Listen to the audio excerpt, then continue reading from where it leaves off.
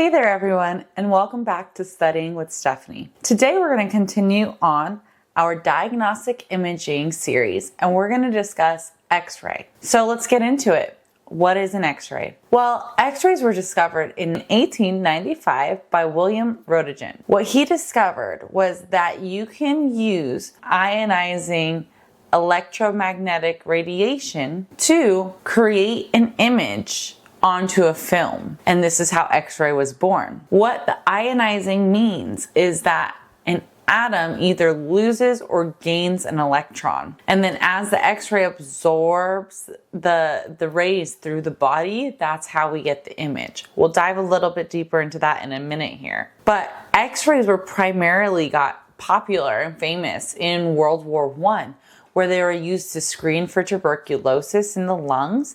They were used to determine if there were bullets or fractures within these war veterans' bodies. And they also were used to determine if emergency surgery was going to be needed for these individual patients.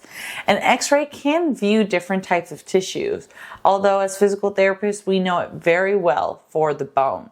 So let's get into how it works. So how an X-ray beam works is that an X-ray is essentially a glass vacuum which contains a cathode or a negative terminal and an anode, a positive terminal. Within the cathode, the negative terminal, there is tungsten filament, which then creates heat. And then as that heat rises, the minute it gets to the kilovolts, so thousands of voltages, what happens is that electron transfer happens to the anode. And as that heat starts to release and starts to decelerate, those electrodes start to decelerate, the beam is emitted out of what's called a collimator.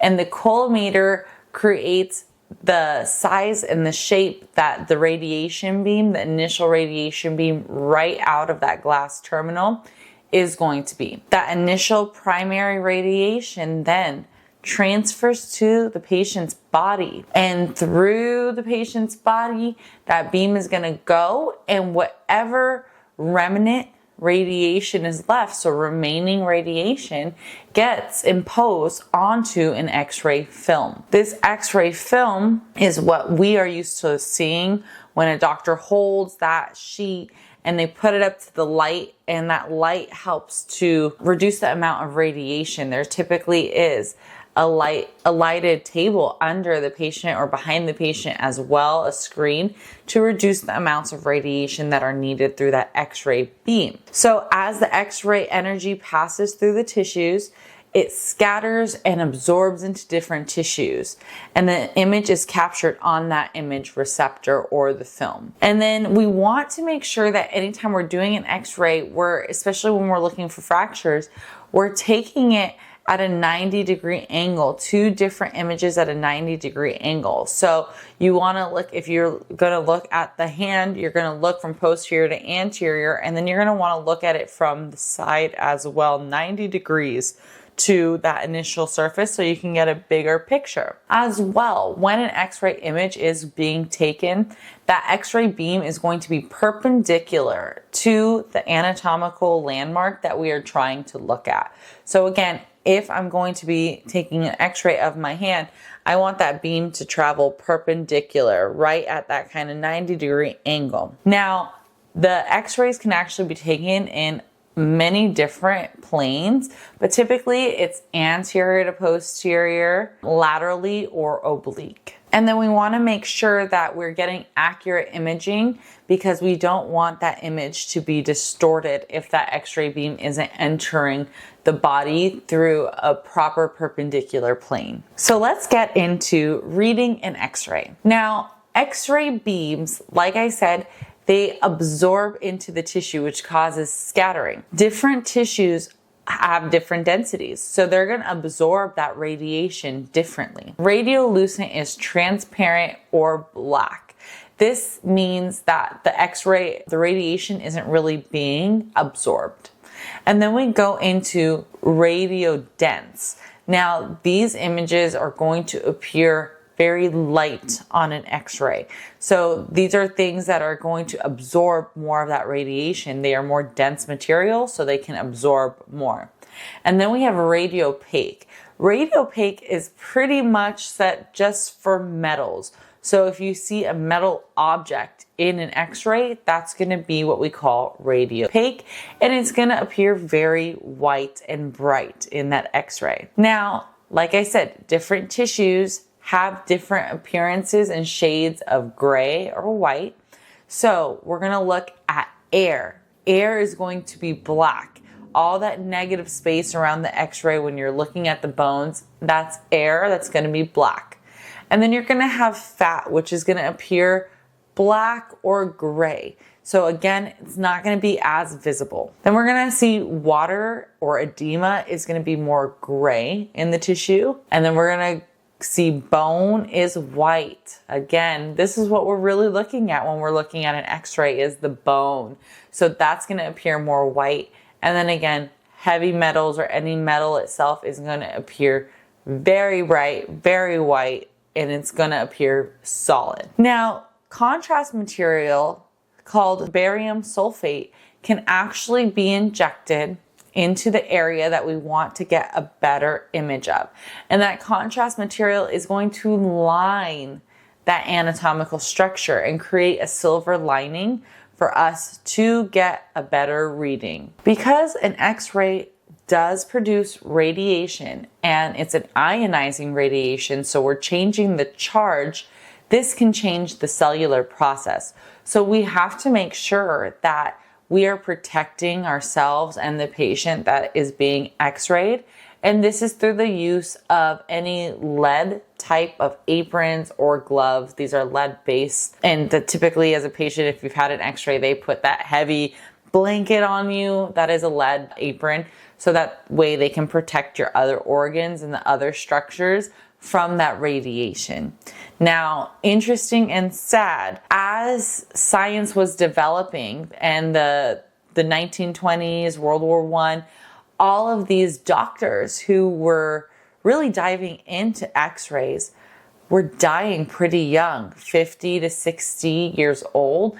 And this was because of the radiation. Back in the day, they didn't realize that you had to protect yourself from all of that radiation that is being emitted every time they were testing subjects and they were emitting that radiation, they too were getting exposed. And actually one of the scientists, her notebook back from the 20s, 30s, actually still contains high volumes of radiation that we cannot view her notebook. So it's very important to safeguard ourselves as healthcare professionals and our patients when they're going through an x-ray. All right, so now we're gonna dive into reading an x-ray and radiographs ABCs. So when we're looking at an x-ray or a radiograph in general, we are looking for anatomic alignment, our A here. Okay, this is why anatomy is so important as a foundation for anyone in the medical industry, but especially for people who read radiology reports or look at radiographies. And as a physical therapist, super important to know your anatomy. So we're gonna look at the first top left picture here. This is what we're looking at for alignment. In this photo, you can see the outline of the lungs where there is air in the lungs. Again, that's going to be that black space. Just to the right, you're gonna see the scapula, you're gonna see the shaft of the humerus, and you're gonna see the cloudiness of that humeral head over that scapula in a lot of white and essentially distorted image here. This is actually an anterior dislocation of that humerus. So you can't really see the humeral head because it is superimposed onto that scapula. So this is something where knowing your anatomical alignment is so important, because if you were looking at this, you may think, oh, well, something happened during the x-ray and it's just a poor image, where in fact this is a dislocation of the shoulder. Then we're going to go into B. So the B is bone density. We know that bone is mineral and it has cancellous and cortical bone. That cortical bone is going to be that dense bone, and that cancellous is going to be more of that spongy bone. We need to know where it's normal to see some changes or to see a little bit of looseness or less denseness in the bone, or when it's abnormal. So we're going to take a look at the picture to the right on the top. Now this is the calcaneus. You can see where that circle is around the image.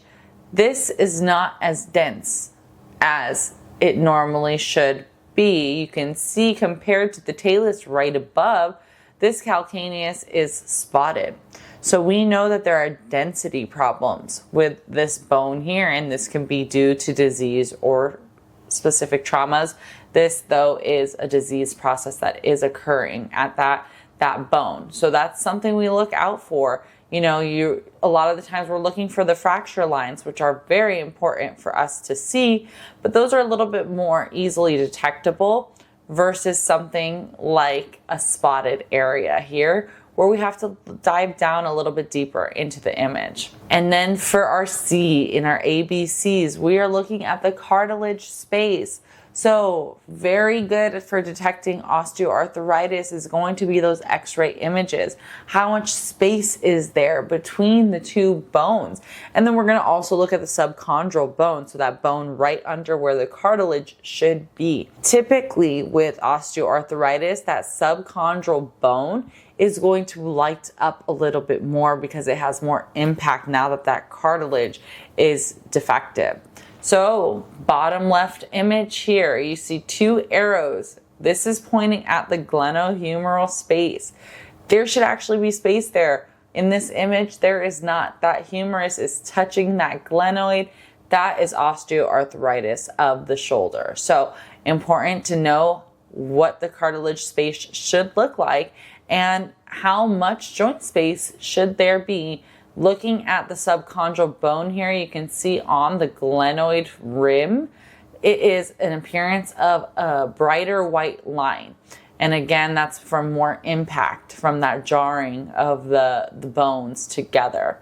And then of course, especially with children, we want to look at the epiphyseal plates and to see if those growth plates are affected, if that fracture or if the space is imposed upon, because that can be determining where we go with the rehab and the healing process there. And lastly, in our ABCs, we are counting the apostrophe S of ABCs, and this is going to be the soft tissue. Again, x-rays aren't really meant to visualize soft tissue impairments, but you can see if there are any soft tissue changes.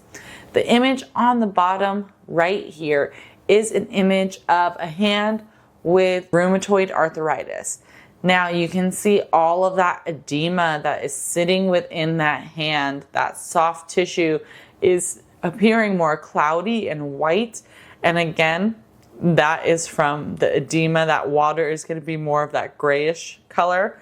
So that's where you can see that there. So a lot of the times we can see if there's fluid, we can see if there are processes such as infections within the joints because of, again, knowing the anatomy, knowing the foundational concepts of what are we looking for in the x-ray image, what's normal, what's abnormal. All right.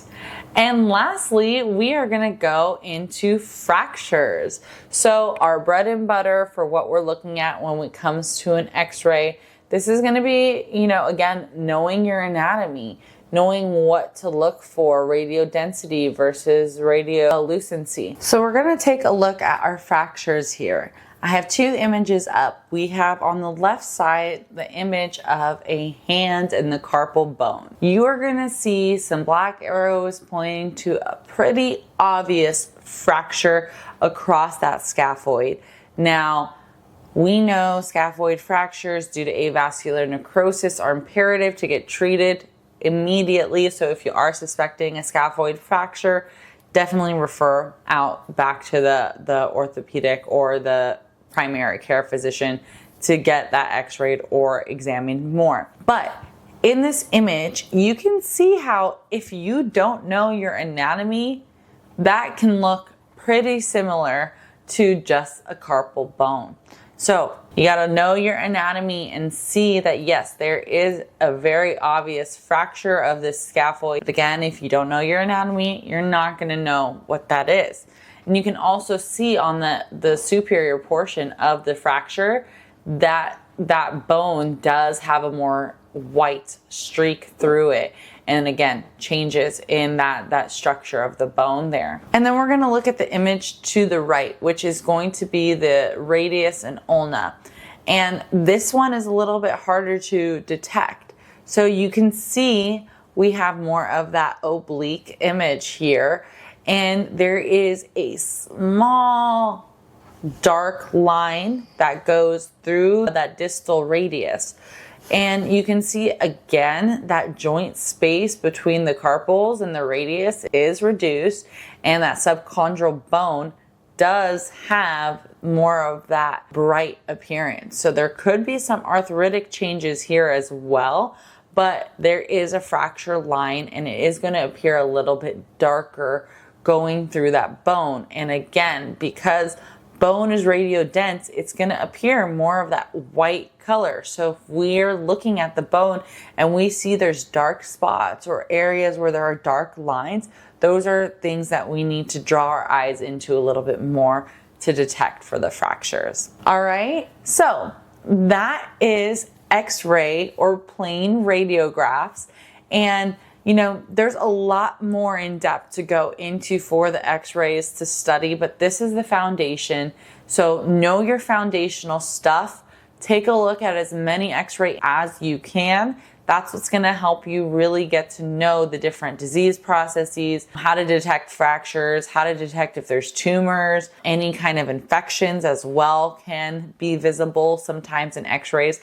And again, it's knowing your foundations, knowing that we want to have the anatomical alignment down, know how the bone is composed, know about the density of the bone, and to know about the cartilage spaces as well. So all of those things are very important for us to know foundationally. I hope that this video helped you. If it did, please subscribe and share it with your friends. If you need any one-on-one tutoring, please reach out. If this video did help you and you want some additional content on specific topics, please drop it in the comments below. And if you have any questions, comments, concerns, let me know. I am here to help you. Again, thank you so much for coming to Studying with Stephanie, and I hope you have a great day. Bye.